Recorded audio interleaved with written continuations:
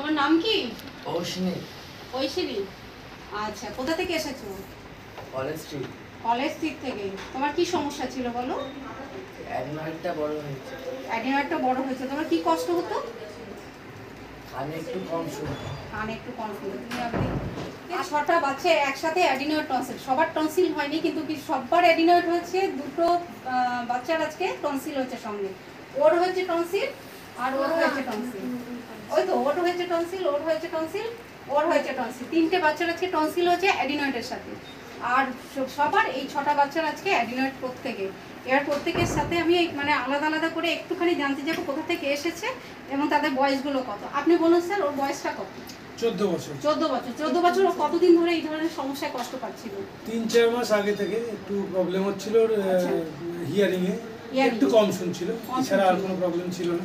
সেটার জন্য আমরা ডাক্তারকে দেখাতে আসি। আচ্ছা, তো উনি তখন বললেন যে কিছু টেস্ট করে যে এই অ্যাডিনয়েডটা এনলার্জ হয়েছে, এটা করলেই। সেটা আপনারা তো দেখেছেন যে অ্যাডিনয়েডটা এনলার্জ হয়েছে একদম, এবং কানের পর্দার পেছনে একটু ফ্লুইড জমেছিল। ঠিক আছে। আর ওর কি সমস্যা ছিল? কত বয়স? কত? 5 বছর বয়স। অ্যাডিনয়েড টনসিলের প্রবলেম ছিল। ও 2 বছর ধরে বলছে। 2 বছর ধরে।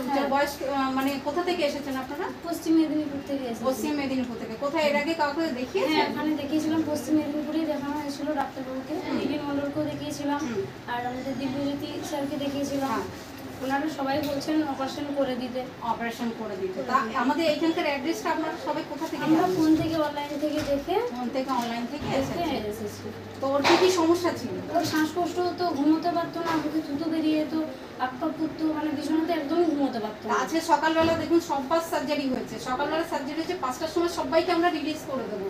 তা আপনাদের যে মানে প্রত্যেকের একটা মানে আমাদের এই ফিডব্যাক চাইছি আমরা, যে আপনাদের সবার ফিডব্যাকটা কি। মানে সার্জারি নিয়ে সবার একটা আতঙ্ক থাকে যে বাচ্চাগুলো সার্জারি হলে পরে কি হবে।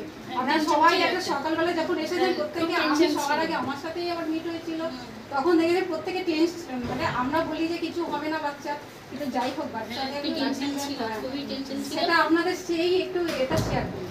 আপনারা কোথা থেকে এসেছেন? আমরা নিউটন হাতিছড়া থেকে। হাতিছড়া থেকে। ওর কি প্রবলেম ছিল? টনসিল। ওর কত বয়স? আর 9 বছর। 9 বছর। কতদিন ধরে এই সমস্যাটা? 3 বছর ধরে। 3 বছর ধরে এই সমস্যাটা ফেস করছে। নানান জায়গায় নিশ্চয়ই ডাক্তার দেখিয়েছেন। তো ডাক্তার দেখানোর পর কি এখানে এসে অ্যাডিনয়েড ধরা পড়েছে না এখানে সার্জারি করার জন্য আপনারা করেছেন? আর আপনি ম্যাম? আমি অ্যাকচুয়ালি এসেছি বম্বে থেকে। বম্বে থেকে? আমার বাড়ি এখানেই। বম্বে থেকে এসেছি, তো ফ্লাইটে ওর কান ব্যথা করছিল। আচ্ছা। তো এখানে এসে ডাক্তারকে দেখাই, উনি বলে কানের পেছনে ফ্লুইড এবং নাকে অ্যাডিনয়েড। সেটা তো দেখতে পেয়েছেন, সেটা তো দেখিয়েছেন।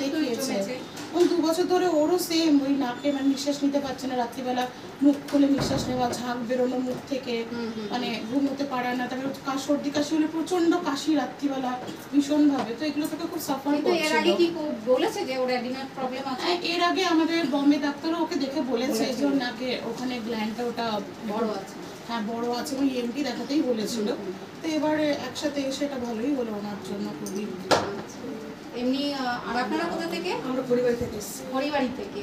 ওর বয়স কত? 7 বছর। কতদিন ধরে এই ধরনের সমস্যা? মানে ছোট থেকে ভুগছিল, কিন্তু সবাই অ্যালার্জি ওষুধ দিত, ন্যাশনাল ডব দিত, দিয়ে তো মানে চলে এসছে। তারপরে লাস্টে একজনকে দেখালাম, তিনি ধরা পড়লেন যে অ্যাডিনয়েড। এবার ভিডিও দেখে স্যারের কাছে এসছে। স্যার বললো অনেক রাতে ঘুমাতেই পারতো না। আচ্ছা। মানে খুব তো আজকে সার্জারির পর দেখুন ঘুমিয়েছে বাচ্চা, ঘুমিয়েছে নর্মাল যে লাইফটা, সে লাইফটা দেখুন সার্জারি হয়েছে 4 ঘন্টা 5 ঘন্টা। প্রচন্ড বাচ্চারা সাফারিং করে। সেই 5 ঘন্টার মধ্যেই ওদের মানে একটা নর্মাল লাইফ আপনারা ফিল করেছেন যে আগের থেকে যে নর্মাল লাইফ, মানে যেই 2 ঘন্টা 3 ঘন্টা ঘুমিয়েছে, কোনো নাক ডাকা নেই, মুখ পুরো একদম নর্মাল, মুখ বন্ধ করে, মানে যে মুখ বন্ধ করে ঘুমাতো সে সার্জারির পর সঙ্গে সঙ্গে মুখের শেপটা একটু চেঞ্জ হয়েছে। মুখের শেপটা মানে দাঁতের পুরো আকৃতিটা খারাপ হয়ে গেছিল। আচ্ছা, মুখের শেপটা আপনি বলছেন মুখের শেপটা একদম। আর আপনি কোথা থেকে এসেছেন? আমি এসেছি হলদিরাম থেকে। আমার মেয়ের সমস্যা ছিল নাক থেকে ব্লিডিং পড়া। আচ্ছা। তা একদিন হঠাৎই একজন বাসে এরকম ব্লিডিং হচ্ছিল, উনি বলে আমাকে এখানকার খোঁজ দিয়েছিলেন। সেই হিসাবেই আমি এখানে এসেছি। এর আগে প্রচুর ছোটোবেলা থেকে অনেক ডাক্তার দেখিয়েছি, কোনো ফল পাইনি, কিছুই হয়নি, শুধু স্প্রে ক্রিম এইসব দিয়েই চলেছে। এখানে আসাতে স্যার দেখে বললেন যে ওর এরকম অ্যাডিনয়েডটা বড় আছে, আর নাকের ব্লিডিংটাও ইনফেক্টেড হয়ে যাচ্ছে, আর ফ্লুইড জমছে কানের পেছনে।